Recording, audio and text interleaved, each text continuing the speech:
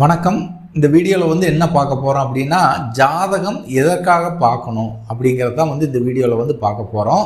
உங்கள் லைஃப் ஒரே சீராக நார்மலாக போயிட்டு இருந்ததுன்னா நீங்கள் ஜாதகம் பார்க்க வேண்டாம், எதுவும் பார்க்க வேண்டாம். நீங்கள் செஞ்சுட்டு இருக்கிற வேலையவே கண்டினியூவாக நீங்கள் செஞ்சிட்ருக்கலாம். ஏன்னா உங்களுக்கு ஒரு நல்ல காலகட்டங்கள் அப்படியே போயிட்டுருக்குதுன்னு தான் அர்த்தம்.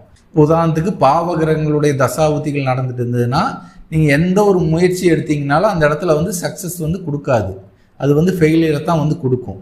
அதனால அந்த காலகட்டங்கள் எப்போ முடியுது, அதுக்கப்புறம் நம்ம முயற்சி எடுக்கிறது நல்லா இருக்குமா? நீங்கள் இப்போ ஒரு தொழிலே பண்ணுறீங்க அப்படின்னா ஒரு பாவகிரகங்களுடைய தசாபுத்திகள் நடந்துட்டு இருந்ததுன்னா அந்த நேரத்தில் அந்த தொழில் முயற்சி நீங்கள் எடுக்கக்கூடாது. ஏன்னா அந்த கிரகங்கள் எடுக்க வச்சு உங்களை ஒரு சிக்கல்லையோ ஒரு கடன்லையோ மாட்ட வச்சிரும். இதே சுபகிரகங்களுடைய டைம் நடக்குது அப்படின்னா உங்களை ஒரு தொழில் செய்ய அது தூண்டும்.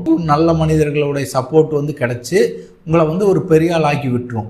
புதிய முயற்சி எடுக்கிறீங்க அப்படின்னா நீங்கள் அந்த காலகட்டத்தில் உங்களுடைய ஜாதகத்தை நீங்கள் கொடுத்து செக் பண்ணிக்கிறது நல்லது. ஏன்னா சுபகிரகங்களுடைய தசாபுத்திகள் நடக்கும்போது ஒரு யோகத்தை கொடுக்கும்.